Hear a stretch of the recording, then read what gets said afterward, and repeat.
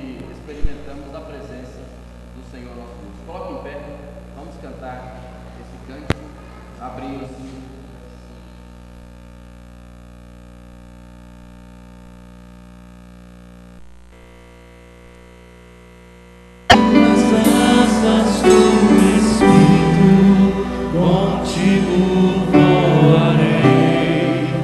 No poder do teu amor.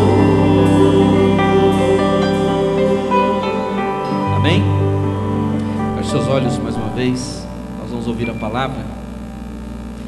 Diga assim: Deus, fale comigo através do pastor, que algum detalhe da mensagem, a mensagem venha como cheiro celeste, espírito de revelação.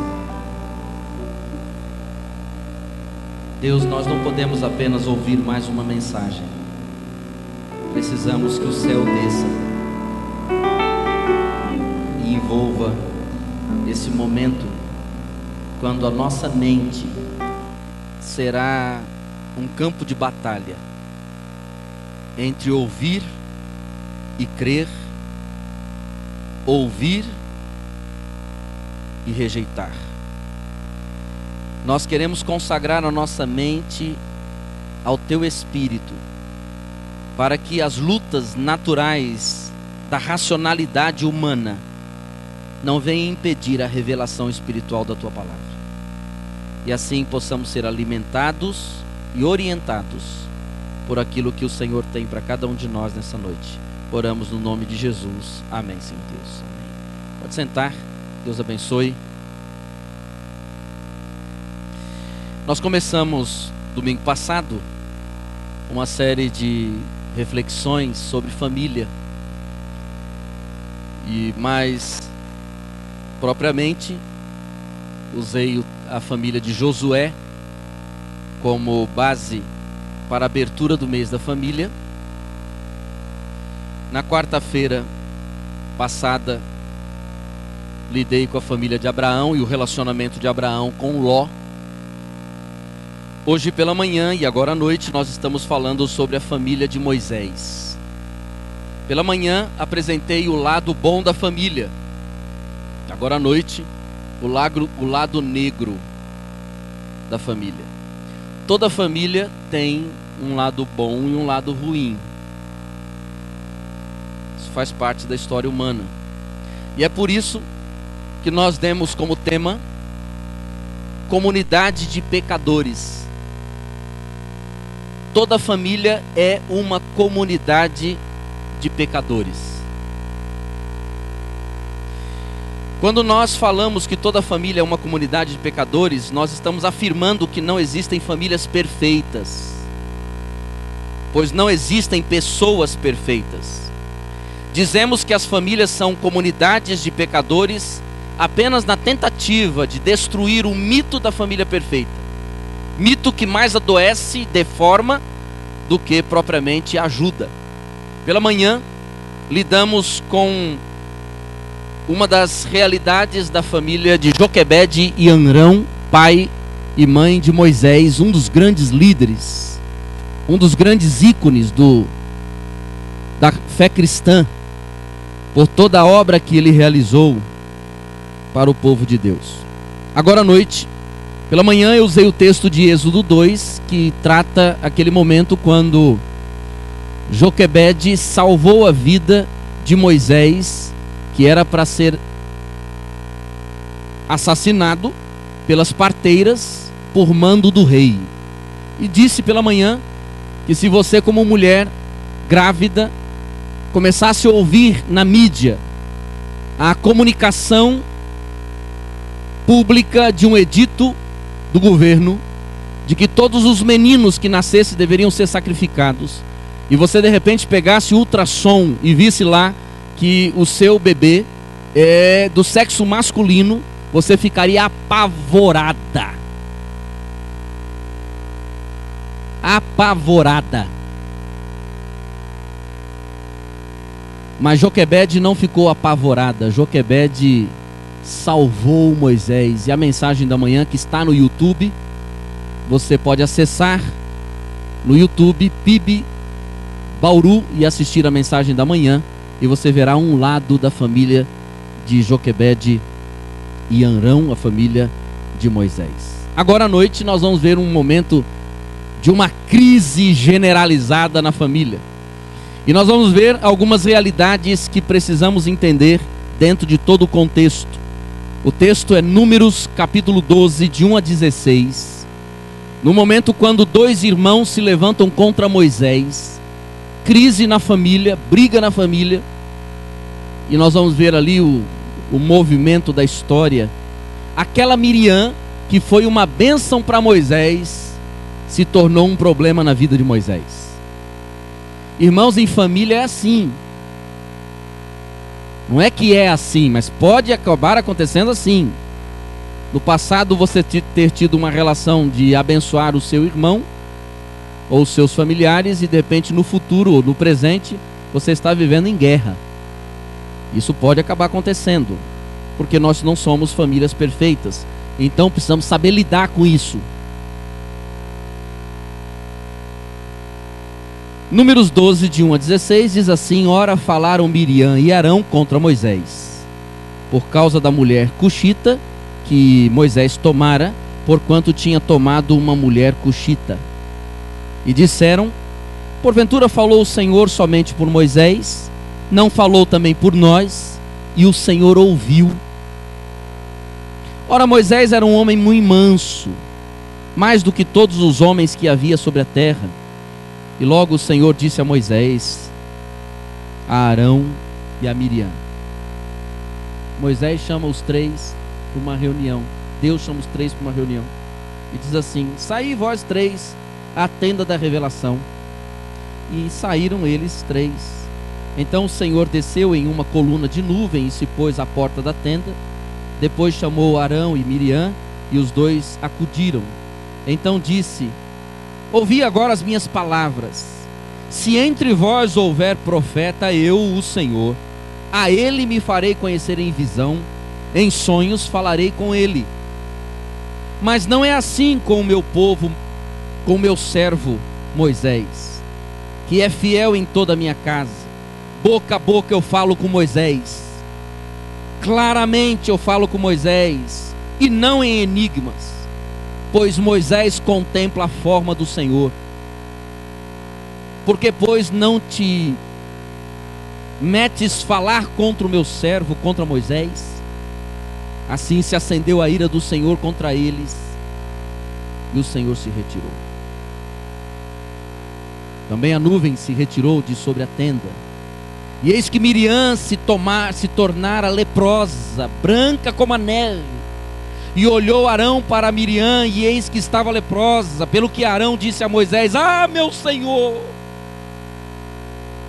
rogo-te que não ponha sobre nós este pecado, porque procedemos loucamente e pecamos. Não seja ela como um morto que ao sair do ventre de sua mãe tem a sua carne já meio consumida. Clamou, pois, Moisés ao Senhor, dizendo: Ó Deus, rogo-te que a cures. Respondeu o Senhor a Moisés: se seu pai lhe tivesse cuspido na cara, não seria envergonhada por 7 dias? Esteja então fechada por 7 dias fora do arraial, e depois se recolherá outra vez. Assim Miriam esteve fechada fora do arraial por 7 dias, e o povo não partiu, enquanto Miriam não se recolheu de novo. Mas depois o povo partiu de Azerote e acampou-se no deserto de Parã. Irmãos, toda vez que eu leio essa história, eu me emociono. Sabe por quê? Porque eu vejo família. Eu vejo família. Quando nós pegamos a história de Joquebede e Arão, tendo 3 filhos, Arão, Miriam e Moisés. E quando nós separamos esta família para uma análise fenomenológica, Quando nós pegamos essa família e fazemos um recorte nesta família, tiramos ela da cena e fazemos uma análise sobre essa família, meus irmãos, como nós vemos as famílias de hoje embutidas nela. É impressionante. Como nós encontramos na análise desta família toda uma estrutura bem montada, e como a estrutura da família começa a se dividir dentro dela mesma. A família é um sistema que acaba aderindo a alguns subsistemas.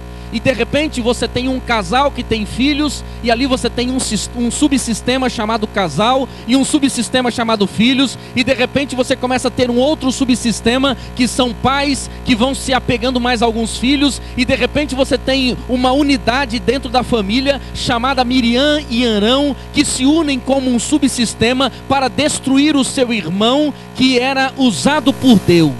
Isso é análise fenomenológica. É você pegar um fenômeno chamado família, que é a sua família, que tem o seu sobrenome, que tem a sua história, e fazer um recorte na sua família, tirar a sua família de cena e fazer uma análise sobre a sua família. Partindo do seguinte pensamento: a minha família, como todas as outras famílias, é uma comunidade de pecadores.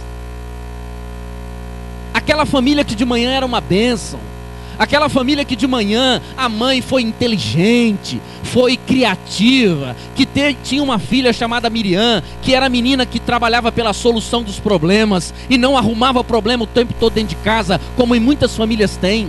Aquela família que de manhã teve um resultado tremendo, maravilhoso, porque salvou a vida de Moisés. É a mesma família que agora entra numa crise profunda, briga dentro de casa, problema entre os irmãos. Muitas vezes nós fazemos um recorte errado sobre a nossa família. Nós só gostamos de contar o lado bom da casa.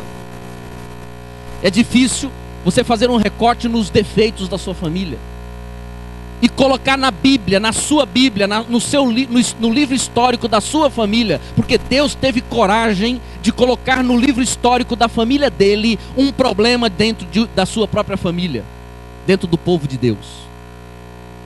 Meus irmãos, se nós tivéssemos a capacidade de fazer um recorte das virtudes e dos defeitos, nós seríamos mais felizes, porque nós não ficaríamos nos apegando somente às virtudes e desmontando quando os defeitos aparecem. Eu gosto de ler textos como esse, porque ele desmistifica essa imagem idealizada que nós temos de casamento perfeito, de filhos perfeitos, de família perfeita, e vamos nos tornando mais dependentes da graça de Deus, para vivermos a verdade, encararmos a verdade, cobrarmos menos um ao outro, e juntos irmos aos pés da cruz de Cristo, para dependermos da bondade e da misericórdia do Senhor. Toda família é uma comunidade de pecadores, vivendo em meio a um mundo pecador. Se toda família é uma comunidade de pecadores, vivendo em um mundo pecador, nós precisamos viver como família com consciência de 3 outras realidades. Eu apresentei 3 realidades de manhã, e agora 3 outras realidades. Irmãos, vamos tirar um pouco o formal. Esse momento da mensagem, ele é interessante, porque mensagem se ouve todo domingo pela televisão ou na igreja, e a nossa mente pode até ficar adormecida. Mas o que nós estamos fazendo é pegando um contexto que é comum a mim e a você, que é família, pegando um texto bíblico e tentando entender os dramas da família, e colocando Deus na história, para ver o que tudo isso pode se tornar em benefício. E existem 3 realidades que precisamos atentar, ter consciência de que estão embutidas em todas as famílias. A primeira realidade que precisamos é reconhecer a realidade do pecado. O pecado como mal presente em cada membro da família, e não como apenas uma realidade moral definida como certo ou errado.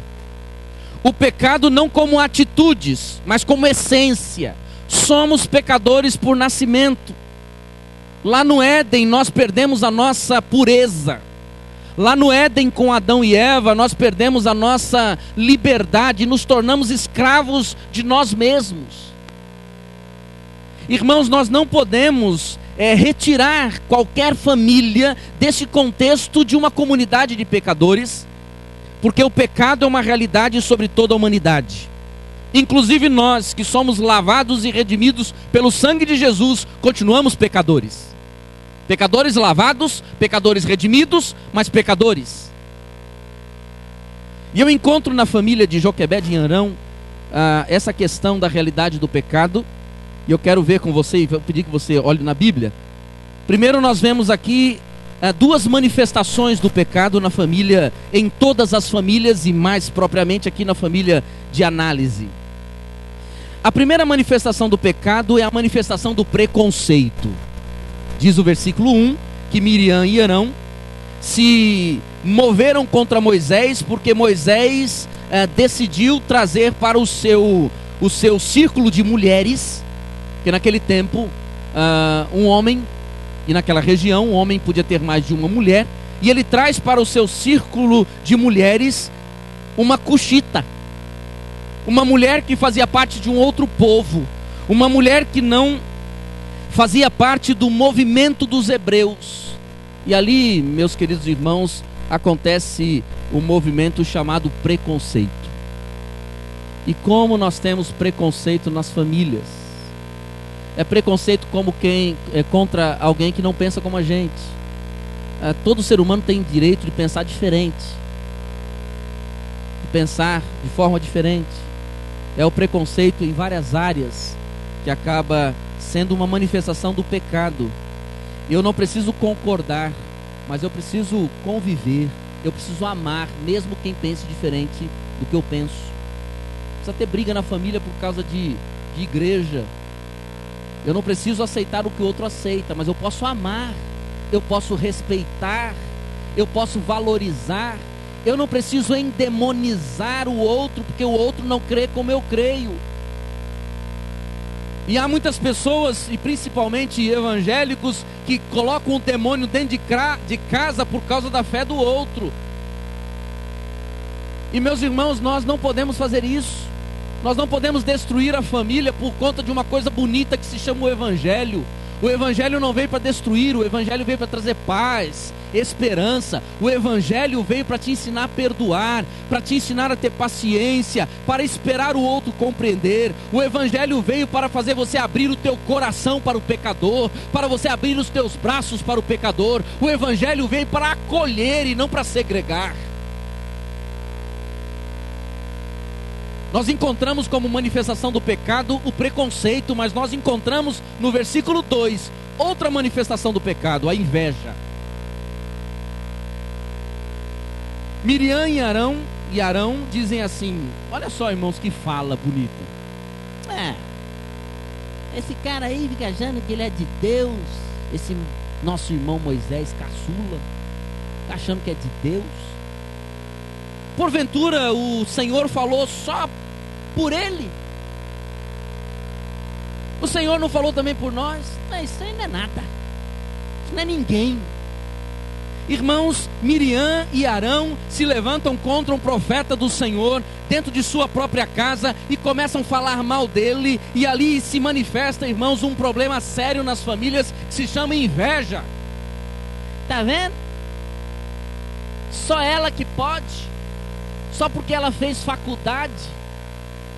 E aí, meus irmãos, muitas das nossas falas dentro das famílias revelam um pecado terrível dentro das famílias que se chama inveja. É inveja da casa que o irmão comprou, é inveja do carro que o irmão comprou, é inveja da faculdade que a irmã ou o irmão fez. É um movimento de inveja dentro da família. É inveja do marido da irmã, é inveja dos filhos da irmã, do irmão, é inveja das coisas que tem na casa do outro. Vai lá, o irmão compra uma TV de LCD e coloca na sala, e você tem uma TV de 29 polegadas, ainda você entra na casa e diz assim: nossa, que televisãozinha. Televisão boa é aquela que tem um tubo desse tamanho.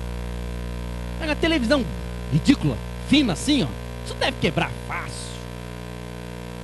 Troca o carro, problema, né? Não, mas se fosse ainda né, um carro importado, mas comprou um carro nacional. E aí, meus irmãos, muitas das nossas falas só revela uma realidade de pecado, chamado inveja. E inveja mata, inveja destrói. É quando você inveja o que o outro ganhou, é quando você inveja a conquista dos outros, é quando você inveja o sucesso dos outros. Ah, será que Moisés é tão bom assim? Você inveja, irmãos. Inveja é uma desgraça nas famílias. É o marido que inveja o sucesso da esposa, é a esposa que inveja o sucesso do marido, e é uma inveja que vai destruindo as famílias. Mas diz o texto que Deus ouviu esse movimento todo como manifestação do pecado. Queridos irmãos, isso é sério.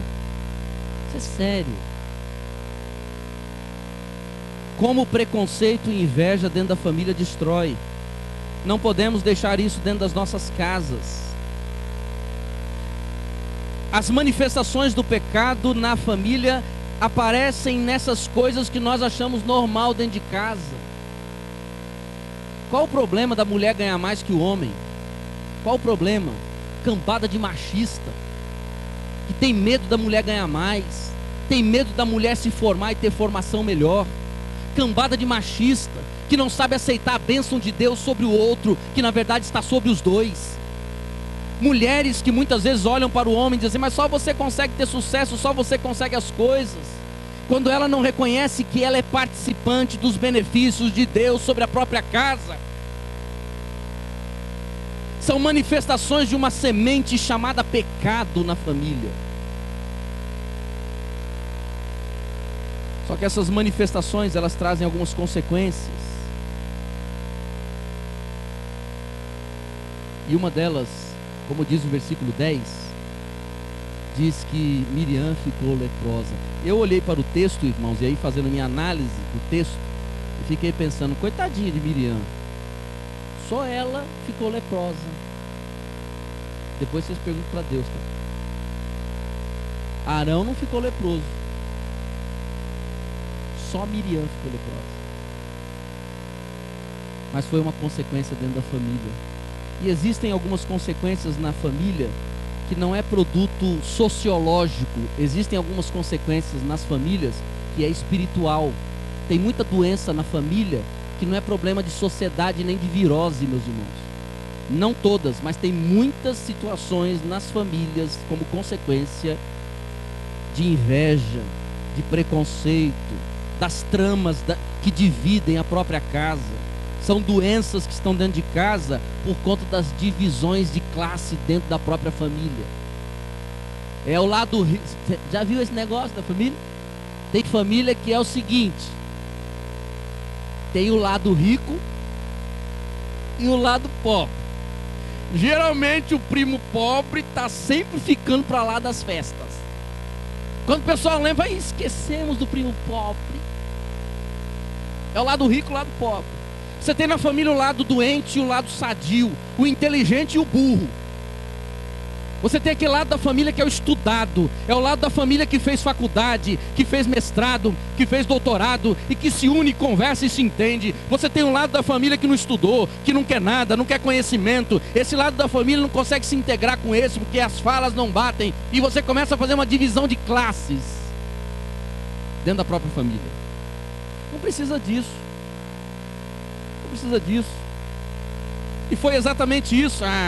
Moisés, só porque ele fez teologia, só porque ele se diz homem de Deus.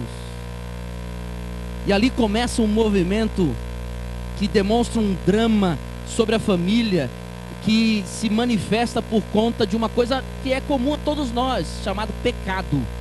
Nós somos pecadores, e como pecadores somos quedados a nos dividirmos, porque o pecado divide, irmãos. O pecado divide. O pecado divide o casal, divide os filhos dentro de própria casa. Cada um quer ter seu computador, cada um quer ter seu armário, cada um quer ter sua cama, cada um quer ter seu espaço. Ninguém quer viver junto já dentro de casa, porque não quer viver junto na sociedade. Olhar para os dramas das famílias pela perspectiva do pecado, ajuda de duas maneiras. Ajuda na compreensão de que muitos dos dramas vêm de uma deformação que não é propriamente emocional, mas é espiritual. Ajuda também a nivelar a família, colocando todos em oração e apoio mútuo. Porque às vezes você tem na família alguém que teve sucesso intelectual, mas tem as suas lutas, tem os seus fracassos. Quantas mulheres que, para terem uma posição social bem estabelecida, estudaram muito, passaram a vida estudando, fizeram mestrado, fizeram doutorado e foram se afastando dos seus relacionamentos afetivos. E tem aqueles que decidiram não estudar tanto, mas valorizar os seus relacionamentos afetivos. Tem aqueles que perderam os filhos, se afastaram dos filhos por conta do sucesso material, correram atrás do dinheiro, quiseram comprar casa, quiseram comprar carro, quiseram comprar as coisas, mas foram se afastando dos filhos. Tiveram aqueles que abriram mão das coisas de ostentação da sociedade e preferiram os pequenos relacionamentos com os filhos. A família, ela precisa ser nivelada por essa perspectiva de que nós todos somos pecadores e precisamos nos ajudar mutuamente, precisamos orar um pelos outros dentro de casa. Reconhecer a presença do pecado na família, meus irmãos, não é só na família do vizinho. A gente aqui de dentro fica olhando para fora dizendo, é o mundo pecador, o mundo pecador, o mundo pecador, como se nossa família, como se nós não fôssemos pecadores. Nós somos pecadores, transformados pela graça e misericórdia do Senhor Jesus, mas somos pecadores. Segundo, reconhecer a realidade da presença de Deus na família. Isso é tremendo. Irmãos, a única manifestação que eu acho importante aqui no texto, e tudo é importante, mas assim, preciosa, é quando os dois estão lá se unindo contra Moisés. E diz o texto, e Deus ouviu. Duas ações de Deus, que é uma realidade comum a todas as famílias.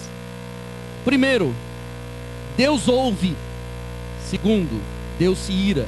Versículo 2 diz que Deus ouviu. Versículo 9 diz que Deus se irou. O que eu quero dizer com isso? Eu quero dizer que Deus está presente e vendo tudo o que acontece na família. Ele se manifesta de forma clara quando essa família faz parte do seu povo, mas Ele está presente em todas as famílias da terra. A única diferença é que tem famílias que buscam a presença de Deus e tem famílias que não buscam a presença de Deus, mas Deus está presente em todas as famílias. Ele só precisa ser buscado. Buscar-me-eis e me achareis, quando me buscar de todo o vosso coração, diz a palavra de Deus. Mas Ele está lá. Às vezes Ele não é acessado, às vezes Ele não é buscado, mas Ele está lá. A presença de Deus, meus irmãos, naquela família de Joquebede e Arão, era tão real quanto a presença do mal na família. Talvez você diga assim sobre a sua família: nossa, mas a minha família é tão desestruturada. A gente usa uma palavra bonita, né? A nossa família, poxa, ela é tão disfuncional, né? Família funcional e disfuncional. Mas na verdade, seja funcional ou disfuncional, Deus está ali, esperando ser buscado, porque o mal que está sobre a família é real, é tremendo, é vil, é mal. Você sabe o que é o mal dentro da família, você sabe o que é a desunião entre irmãos, o problema de casais. Só quem fecha a porta de um quarto sabe como é que é a vida de um casal, fecha a porta da casa, sabe como é que é o casal lá dentro. Aqui fora é tudo bonito, mas dentro de casa a conversa é outra. Mas esse Deus que não se encanta pela nossa postura social, postura religiosa, esse Deus que sabe o que acontece dentro das quatro paredes, esse Deus que sabe o que acontece no quarto, na cozinha, na lavanderia, na sala, na garagem, nas brigas dentro do carro, esse Deus que conhece todas as coisas, Ele está pronto para ser acessado em todos os momentos, porque Ele está lá, Ele está vendo, Ele está ouvindo. E muitas vezes Ele se ira. E pela sua ira Ele permite que alguns males aconteçam, para que a gente entenda o quanto nós precisamos de Deus. terceira e última realidade na família é a necessidade de purificação. Nós temos aqui a história da família de Joquebede e Arão. Nós temos uma filha se tornando leprosa, que era o mal da época. A lepra que veio como consequência do pecado deles dois. Irmãos, deixa eu fazer aqui um recorte. Existem muitos problemas emocionais nas famílias que a origem é pecado. Não é porque alguém esteja pecando fora de casa, não, é dentro de casa mesmo. É o pecado da inveja, da rejeição, da segregação. E Deus não gosta disso. Deus não gosta disso. Porque Deus fez a família para viver unida. Então não adianta nós apresentarmos uma fala bonita, nós apresentarmos um perfil bonito, mas dentro do contexto familiar ali um inveja o outro, um segrega o outro, a família se reúne em grupo. Não, eu não gosto daquele pessoal da minha casa lá, porque aquele pessoal lá é tudo pobre, tudo miserável. Nós tivemos sucesso e eles não tiveram, então é eles para lá e nós para cá, e vamos dividindo a família e vamos segregando a família, e Deus não gosta, e Deus permite que algumas coisas recaiam sobre a casa, e a única solução é a purificação. A única solução para o pecado é a purificação. Miriam precisou ser retirada da comunidade, se afastando do povo e da sua família por 7 dias. Aquele era um ritual de purificação. E a experiência de Miriam nos faz pensar na nossa necessidade de purificação. Há um momento que nós não precisamos ser retirados da família, graças a Deus. Não precisamos ser retirados da comunidade, graças a Deus. Mas há um momento que nós precisamos ir aos pés de Jesus. Porque diz a Bíblia que o sangue de Jesus Cristo nos purifica de todo pecado. Há um momento que nós precisamos ir aos pés de Jesus e dizer: Senhor Jesus, eu estou leproso, eu estou leprosa, porque eu sim invejei, eu sim causei problemas na minha família, causei divisões, fiquei arrumando intrigas, contendas, não sentei para conversar, não resolvi os problemas com criatividade e inteligência. Eu fui mais problema que solução. Deus, eu preciso de purificação. A purificação era para restaurar a comunhão de Miriam com sua família. A purificação limpa-nos por dentro e nos dá um novo sorriso, uma nova esperança, uma nova fala, um novo jeito de se relacionar, porque agora o coração está limpo, está puro. Quando você libera perdão, quando você libera esperança sobre o teu familiar, e você diz assim: no passado você errou comigo, mas no presente eu te perdoo, no presente eu te acolho, no presente eu te recebo, porque a graça de Jesus faz isso comigo. É purificação. Precisamos de purificação nas famílias. Não precisamos de sucesso. Sucesso vem, meus irmãos. Sucesso vem. A sociedade de hoje corre tanto atrás de sucesso. Sucesso vem, basta ter a mente tranquila, o espírito em paz, problemas resolvidos. Sucesso vem. Precisamos da purificação que vem de Jesus. Eu termino dizendo que toda família, e afirmando mais uma vez, é uma comunidade de pecadores que vive no mundo pecador. Portanto, essas 3 realidades precisam ser entendidas. A presença do pecado em sua família é real. Não é conversa de igreja, não. É real. Nós somos o que somos porque somos pecadores, diz a palavra de Deus. Porque todos pecaram e destituídos estão da glória de Deus. O pecado é real, meus irmãos. O pecado não é conversa de igreja. O pecado é esse mal que está em nós, que recebemos lá no Jardim do Éden e vem até a nossa história. E quando nós nascemos e vamos nos tornando conscientes da realidade de bem e mal, vamos nos tornando pecadores, vamos nos distanciando de Deus e vamos querendo lutar pela vida sozinhos. Segundo, a presença de Deus na família também é real. Só que tem famílias que buscam a Deus e tem famílias que não buscam a Deus. Tem famílias que sentem a presença de Deus e tem famílias que não sentem a presença de Deus, mas Deus está ali ouvindo e participando. Terceiro, a necessidade de total purificação para que a família viva o que ela pode viver. Sendo assim, meus irmãos, eu digo que quando uma família se percebe como uma comunidade de pecadores, redimidos pela graça de Jesus, ela se torna uma fonte de bênção para o mundo pecador. É tanto terapia para a família, congresso para a família, retiro para a família, e não mudou nada, muito pelo contrário.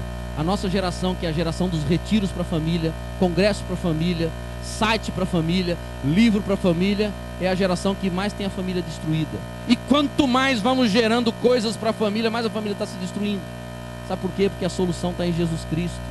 Quando a família se volta aos pés de Jesus, ela vai se tornando uma bênção para ela mesma e vai se tornando uma bênção para o mundo pecador. Amém? Que Deus nos dê graça de, apesar de sermos uma família, comunidade de pecadores, possamos ser uma comunidade de pecadores redimidos.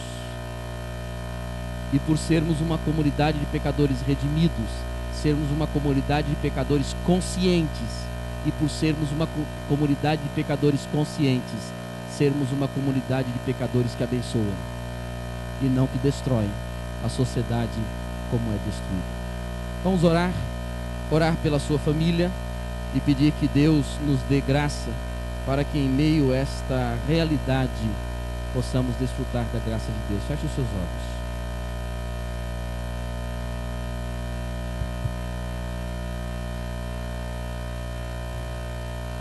Se a família é uma comunidade de pecadores, ela depende de Deus. Ela depende de Jesus. Como uma comunidade de pecadores, muitas famílias erraram muito. Muitas pessoas erraram tentando acertar. Muitos pais erraram tentando acertar. Muitas mães erraram tentando acertar. Muitos filhos erraram tentando acertar. Muitos pais erraram porque decidiram errar. Muitas mães erraram porque decidiram errar. Muitos filhos erraram porque decidiram errar. Mas há um momento que nós temos que chegar diante de Deus e dizer: Deus, nós somos assim, pecadores. E muitas vezes fazemos escolhas por caminhos mais difíceis, caminhos errados dentro da família. Destruímos a família, a paz da família, a harmonia da família. Mas nessa noite, no nome de Jesus, eu peço que a minha família seja uma comunidade de pecadores redimidos pelo sangue de Jesus. Eu peço que o Senhor renove, Deus, no poder do Senhor, a tua graça sobre a minha casa. Talvez você esteja começando uma nova família, tentando acertar. Talvez você esteja buscando de Deus uma esperança para começar uma nova experiência. No passado tendo errado muito, mas Deus quer perdoar os seus pecados. Deus quer purificar o seu coração para que você viva uma experiência de Deus na sua vida. Se somos uma comunidade de pecadores, nós não podemos esperar perfeição, mas precisamos esperar dependência de Deus.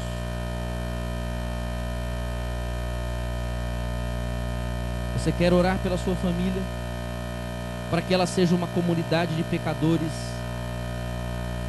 tocada pela graça de Deus? Se coloque em pé no seu lugar.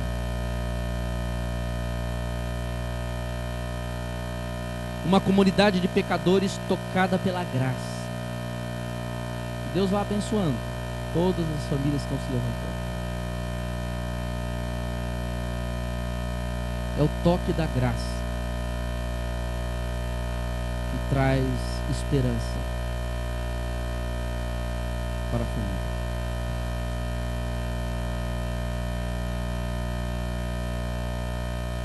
Senhor, nós